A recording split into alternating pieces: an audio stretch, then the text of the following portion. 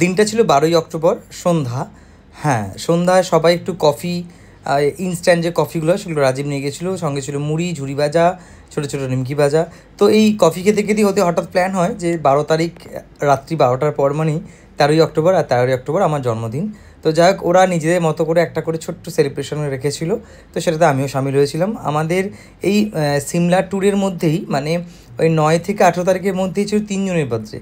প্রথম ছিল 10ই October সন্তোষের birthday, 13ই October ছিল আমার বার্থডে, আর ট্রেনে আবার একটা বার্থডে সেলিব্রেশন, সেটা হলো যে রাজীবের বার্থডে। তো যাক, আমার বার্থডের দিন পুচু, সন্তোষ, দেবব্রত, শান্তনু আর রাজীব এই 4-5 জন মিলে আমার জন্য এটা রেডি করেছিল। আর ওইটা ছিল সন্তোষের বার্থডে, যেহেতু ট্রেনের মধ্যে সেলিব্রেট হয়েছিল তাই ওর জন্য একটা ছোট্ট কেক নিয়ে আসা ছিল।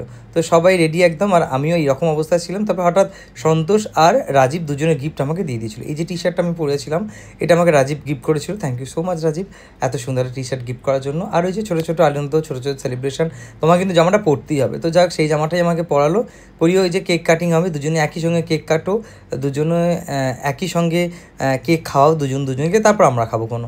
তো দেখো, অনেকজন লাগবে না, বেশ কিছু ছোট ছোট ক্ষুদ্র ক্ষুদ্র মনের মতো বন্ধু থাকুক, যাদের সাথে অনেক ঝগড়া হবে, খুনছুটি হবে, কিন্তু তারা না হলে ওই নিঃশ্বাস পাওয়া যাবে না আর কি, মানে অক্সিজেন বিলুপ্ত হয়ে যাবে। তো যাই হোক, থ্যাংক ইউ সো মাচ পুচু, আমাকে এত ভালো করে সেলিব্রেশন করার জন্য, আমার জন্মদিনটাকে এত ভালো করে সেলিব্রেট করার জন্য। শুধু তোমাকেই বলবো না, ছিল প্রচু, ছিল দেবব্রত, ছিল শান্তনু, ছিল রাজীব, ছিল সন্তোষ, সবাই। আর এটা দিয়েছিল আমাকে রাজীব, আর আগেরটা দিয়েছিল আমাকে সন্তোষ। অবশ্যই কেমন হয়েছে